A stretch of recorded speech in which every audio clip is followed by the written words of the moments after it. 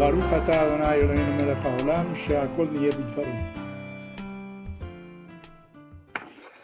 One of the 10 commandments reads, Kabed et avicha ve'et imecha. Honor your father and your mother. In another book of the Torah, in Leviticus, Vayikra, it says, Ish imo ve'aviv tirau. A man should fear his mother and his father. What about fathers to children, parents to children? Well, it says in the Torah, in Shema Israel, that we recite twice a day, Veshinantam levanecha, you shall teach your children. In other words, according to the Torah, the only obligation basically is to transmit to future generations the tradition that we have. But it does not say, for instance, feed your children, dress your children, or anything like that. The Torah is silent about that. Why? Well, maybe because the Torah assumes that parents will normally do that anyway. In other words, the Torah does not ordain everything.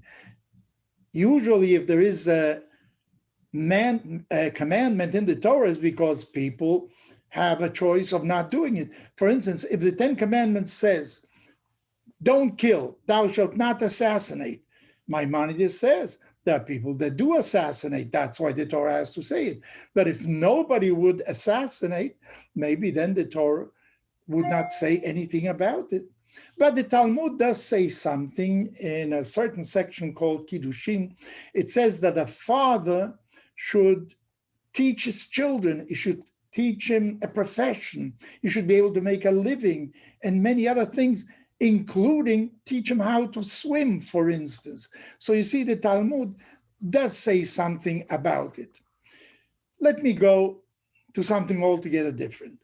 I want to go to a story in the Torah.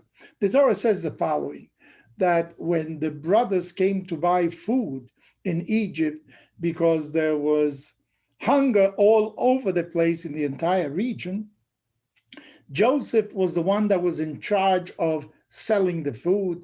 In the beginning, Joseph didn't reveal himself to his brothers, made their life difficult. At one point, he says, you have to bring Benjamin next time you come. And when they do come the following time, notwithstanding the fears of the father of what can happen to this Benjamin, Benjamin comes, and then afterwards, he's put in prison. I don't want to go through the whole story. I think we know the story. Benjamin is now in prison.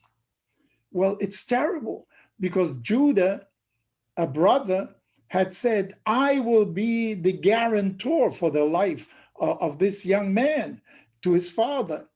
So he goes before Joseph and he says, you know, I will stay in prison instead of Benjamin, but you must let Benjamin go because his father will not resist the disappearance of Benjamin. Well, very noble of this Judah. He knows that his father loves Benjamin very much because Benjamin is also a son of the wife that he loved most, the brother of Joseph from father and mother.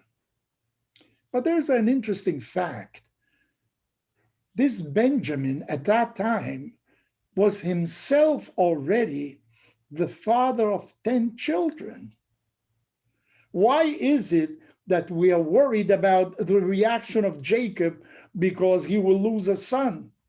What about the 10 children that are going to lose their father?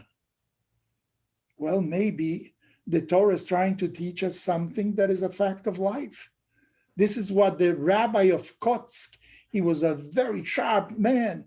He said, you know, a father feels greater intensity of pain for the loss of a child than a child for the loss of a father.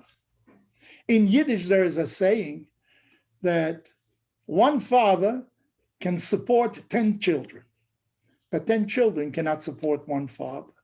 Well, you know, it's an exaggeration, obviously, but it just points to the relationship of parents and children, to the feelings of a father toward his child and the feeling of a child toward his father. I'm not saying that a child doesn't feel for his father, but the Torah maybe is trying to teach us that the father's feelings are of greater intensity toward his children than the children for their father.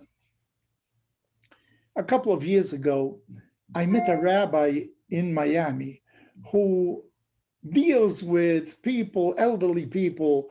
He deals with funerals, and he tells me, you'd be amazed at the number of people that abandon their fathers.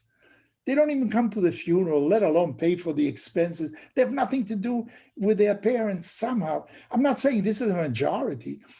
I hope that it's a small number, but apparently it's a significant number. The children just abandon their parents.